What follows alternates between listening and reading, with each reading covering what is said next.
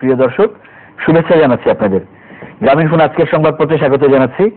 আমি মীর মাসরুর জামান। সংবাদপত্রের শিরোনামকে ঘিরে চলমান পরিস্থিতি নিয়ে আলোচনার নিয়মিত এই আয়োজনে আজ আমাদের সঙ্গে রয়েছেন সিনিয়র সাংবাদিক মঞ্জুরুল আহসান বুলবুল। আমরা স্বাগত জানাচ্ছি আপনাকে। সংবাদপত্রের শিরোনামগুলো দেখে আলোচনা শুরু করছি। দৈনিক ইত্তেফাক, তত্ত্বাবধায়ক সরকারের নীতি নির্ধারণী কাজ ছিল সংবিধান পরিপন্থী, হাইকোর্ট। বাংলাদেশ প্রতিদিন, ন্যায্য ক্ষতিপূরণ থেকে বঞ্চিত করার ষড়যন্ত্র, রাজুকের আইন পরিপন্থী উদ্যোগ। মানব জমিন, মোবাইল ব্যাংকিং এ সক্রিয় 16 অপরাধ চক্র। আমাদের সময়, হেরোইনে মৃত্যুদণ্ড, ইয়াবায় 15 বছর, সাজা কম তাই সর্বগ্রাসী বিস্তার। জাতীয় পরিচয়পত্র নকল করত 90 জেএমবি।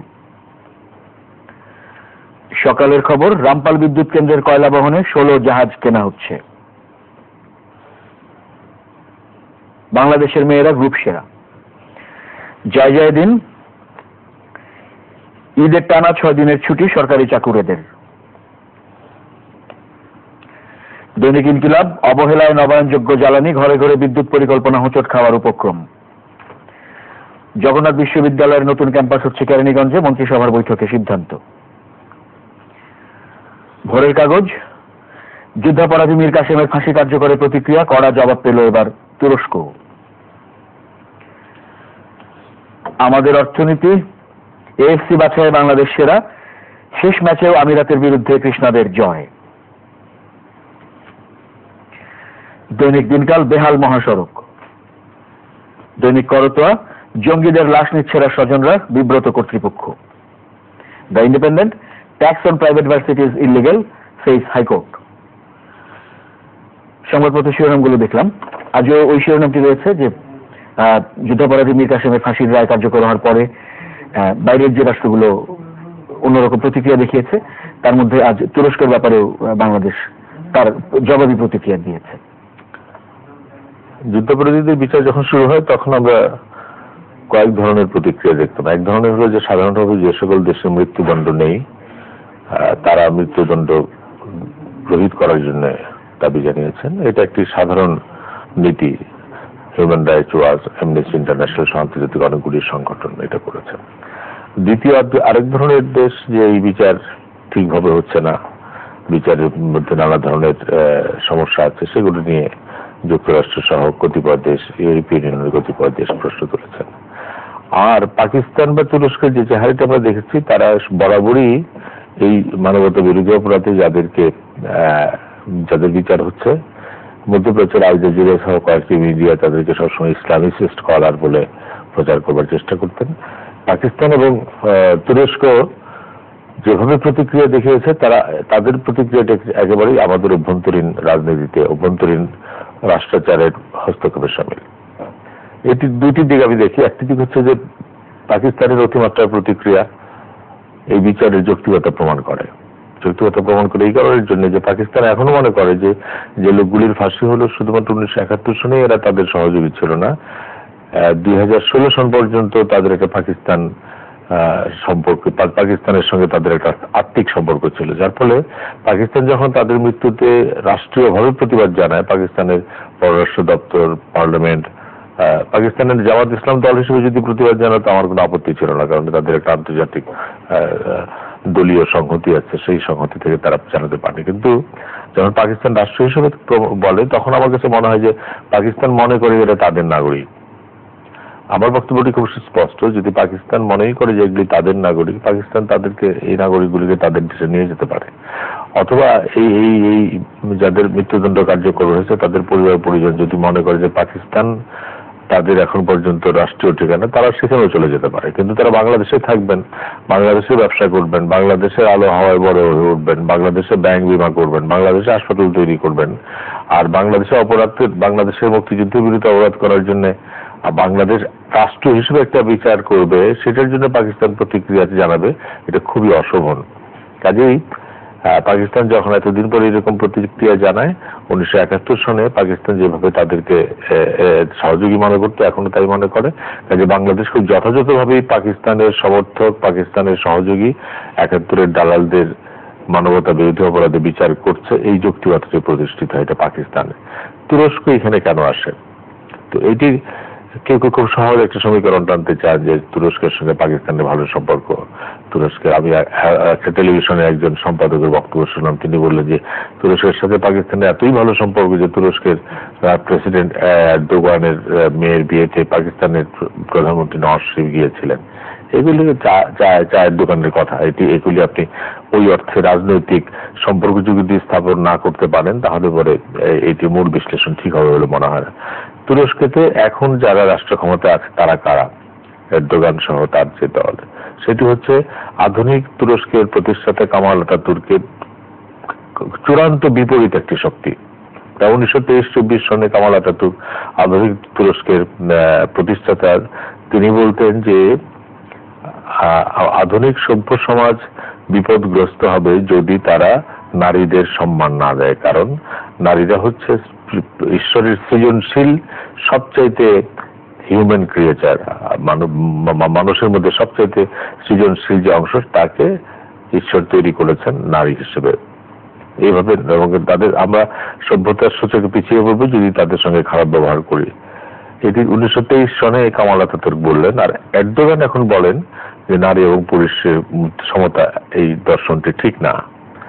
নারী এবং পুরুষ একই মাপে তিনি মাপতে চান না, নারীদের অবস্থার নিচে থাকবে এটি তিনি মাপতে চান। কাজে তার রাজনৈতিক এবং মৌলবাদী দৃষ্টিভঙ্গি আপনি দেখতে পারেন। এটা হলো এক। দ্বিতীয়ত হলো যে এরদোগান হচ্ছে ইসলামিক ব্রাদারহুডের উত্তরাধিকারকে বহন করে। ইসলামিক ব্রাদারহুডকে মনে করা হয় যে বাংলাদেশের জামাত ইসলামী আবুল আলা মওদুদীকে ধারণ করে যে দর্শনের রাষ্ট্র প্রতিষ্ঠা করতে যান, সেটি এক ধরনের দার্শনিক উত্তরাধিকার হচ্ছে ইসলামিক ব্রাদারহুড। কাজেই ইসলামিক ব্রাদারহুডকে তাকে ধারণ করে। বাংলাদেশে আমরা জামাত নেতাদেরকে যখন ফাঁসি দেই, তাদের সঙ্গে এই যে আবুল আলা মওদুদী ইসলামিক ব্রাদারহুডের একটা আন্তর্জাতিক কানেক্টিভিটি প্রমাণিত হয়। কাজে এইখানে বাংলাদেশের এই বিচারের জায়গাটা খুব যৌক্তিকভাবে প্রতিষ্ঠিত হয় যে বাংলাদেশ যাদেরকে বিচার করছে তাদের একটা আন্তর্জাতিক খুবই রক্ষণশীল ব্রাদারহুড মার্কা, মওদুদী মার্কা দর্শনের উত্তরাধিকারী তারা। কাজে একদিক থেকে আমাদের জন্য ভালো যে এই যাদেরকে ফাঁসি দেওয়া হচ্ছে তাদের রাজনৈতিক চেহারাটা বা তাদের নেপথ্যের বিষয়টা আমরা খুব স্পষ্টভাবে বুঝতে পারি। কিন্তু আরেক দিক থেকে হলো আধুনিক সভ্য রাষ্ট্রে একটি রাষ্ট্রের অভ্যন্তরীণ বিষয়ে হস্তক্ষেপ করার ক্ষমতা কারো নাই। এটি পাকিস্তান কার জায়গায় হস্তক্ষেপ করবে? আপনি মাস্টার, আপনি সাংবাদিকতার ছাত্র এবং সাংবাদিকতা নিয়ে প্রচুর কাজ করেন। যখন মুজাহিদের ফাঁসি হলো তখন ডন পত্রিকায় খুব বড় করে সেই খবরটি ছাপা হয়েছিল। আমার মনে পড়ে যে ইন্টারনেটে যখন আমি খবরটি দেখছিলাম, সেই নিউজের পিছনে যে পাঠক প্রতিক্রিয়া থাকে অনলাইন সংস্করণের মধ্যে, প্রায় 100-150 প্রতিক্রিয়ার মধ্যে হার্ডলি একটা বা দুইটা পাকিস্তানের যে প্রতিক্রিয়া মুজাহিদের জন্য এটাকে সমর্থন করে, যারা পাকিস্তানে থাকে এবং জামাতি রাজনীতি করেন। কিন্তু পাকিস্তানের তরুণ প্রজন্ম যারা মুক্তিযুদ্ধ সম্পর্কে নানা কারণে বিভ্রান্তির মধ্যে আছে এবং বহু পাকিস্তানি যারা দেশের বাইরে থাকেন, প্রায় তারা 98% মানে 99% প্রতিক্রিয়া বলছে, পাকিস্তান তুমি নিজের চরকায় তাল দাও। তোমার দেশে এত সমস্যা, তোমার দেশে এত জটিলতা, তোমার দেশে এত ঘটনা, সেই তুমি পাক বাংলাদেশকে তাদের নিজস্ব আইনে তাদের নাগরিককে ফাঁসি দিয়েছে, সেখানে তোমার কথা বলার কোনো সুযোগ নাই। কাজে তুরস্ককে আমরা একই কথা বলতে পারি যে তোমার দেশের এত সমস্যা, এরদোগান যেমন একটা অভ্যন্তর থেকে বেঁচে গেছেন, অভ্যন্তর থেকে বেঁচে যাওয়া মানে তিনি প্রোগ্রেসিভ হয়ে গেছেন মনে করবার কোনো কারণ নেই।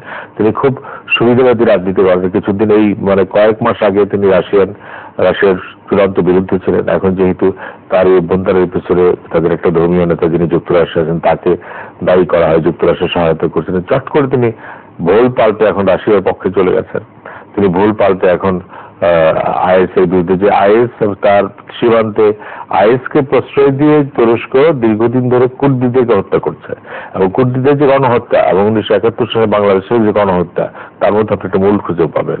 কাজেই সেই এরদোগানের দেশ তুরস্ক যদি আমাদেরকে নসিহত করতে চায় তাহলে ওই পাকিস্তানিদের ভাষায় যারা ডন পত্রিকায় প্রতিক্রিয়া দিয়েছেন সেই ভাষা বলছি এরদোগানকে তার চরকায় তেল দিতে হবে। আমি মনে করি যে বাংলাদেশ খুব সভ্য রাষ্ট্র হিসেবে, হতে পারে ক্ষুদ্র রাষ্ট্র, ছোট রাষ্ট্র, কিন্তু খুব সভ্য রাষ্ট্র হিসেবে খুব ম্যাচিওর একটা কূটনীতির পরিচয় দিয়েছে। তাদের কূটনীতিকদেরকে ডেকে রাষ্ট্রাচারের যেভাবে চলে সেভাবে তাদেরকে প্রতিবাদ জানিয়েছেন এবং তাদেরকে এই বার্তাটি দিয়েছে যে তোমাদের এই আচরণ, তোমাদেরকে আমরা বন্ধুই মনে করি, তুরস্ককে বন্ধুই মনে করি, কিন্তু বাংলাদেশের সাধারণ মানুষ তোমাদের এই আচরণটি গ্রহণ করছে না।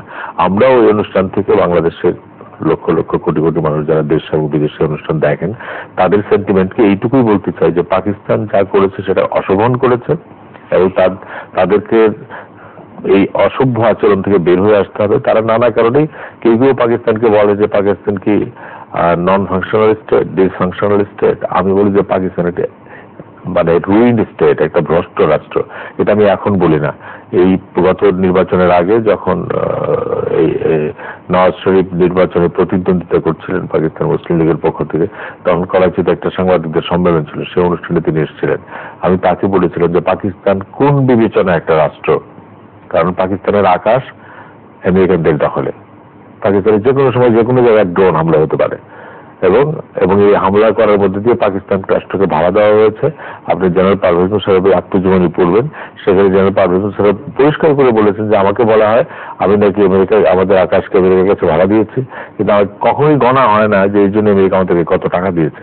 কাজে পাকিস্তানের আকাশ আমেরিকান ড্রোনের দখলে, অর্ধেক পাকিস্তান চালায় তালেবানরা, পাকিস্তানের রাষ্ট্রযন্ত্র চালায়, সিভিল ব্যুরোক্রেসি বলতে কিছুই নাই। আর পাকিস্তানের সেনা গোয়েন্দারা রাজনীতি দখল করেছে, ব্যবসা দখল করেছে।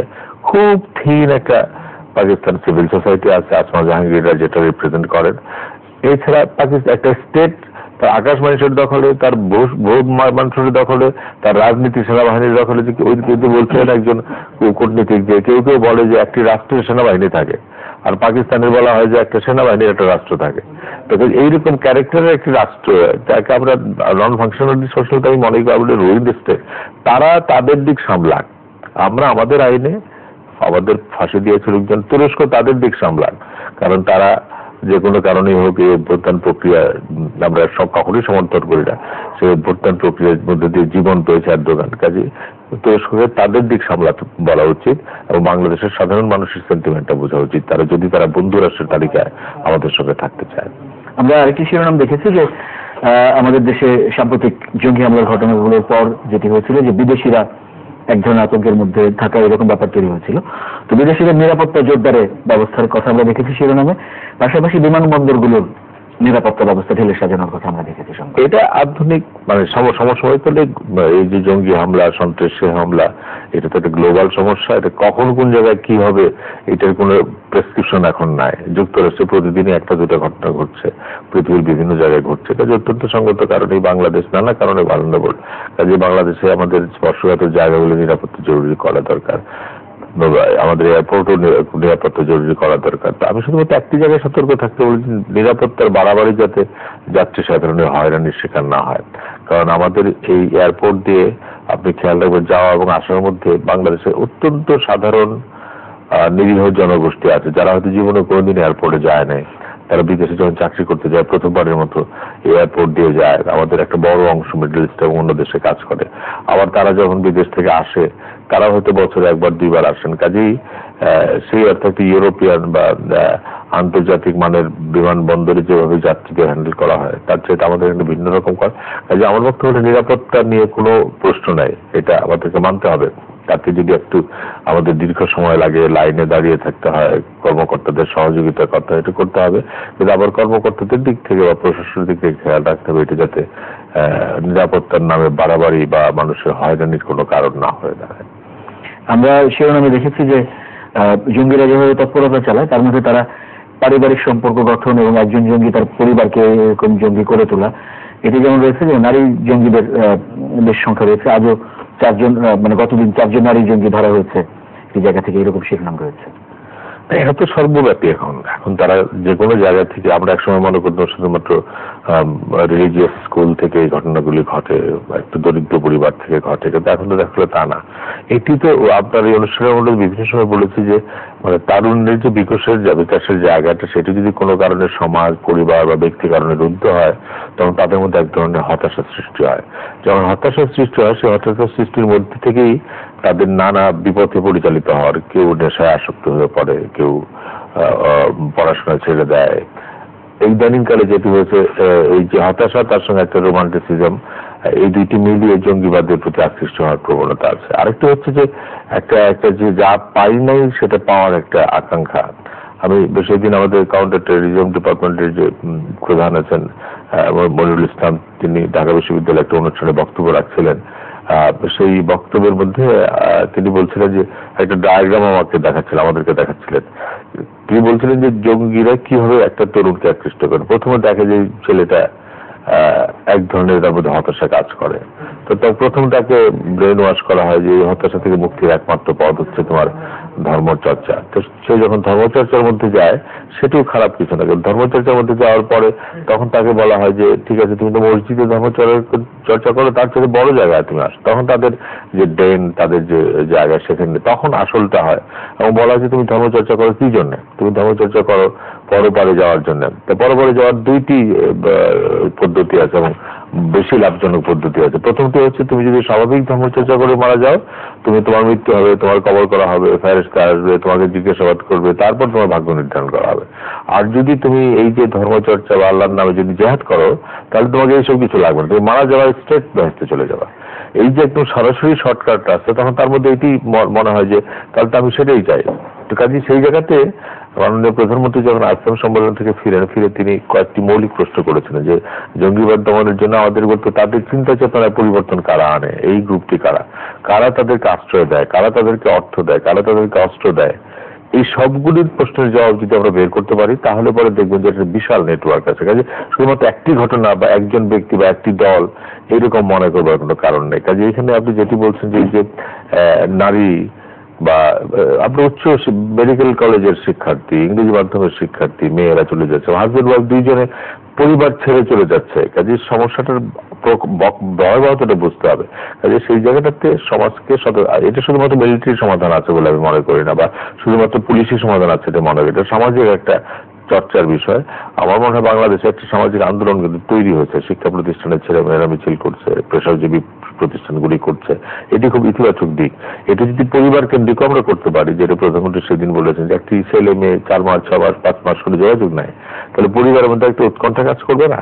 কাজে পরিবার, সমাজ, শিক্ষা প্রতিষ্ঠান, সামাজিক সংগঠন সব যদি আমরা করতে পারি তাহলে আমার মনে হয় যে এখানে একটা সমাধানের পথ কিছুটা পাওয়া যেতে পারে। অনেক ধন্যবাদ আজকে আলোচনার জন্য। প্রিয় দর্শক, আপনাদেরও ধন্যবাদ আমাদের সঙ্গে থাকার জন্য। ভালো থাকবেন।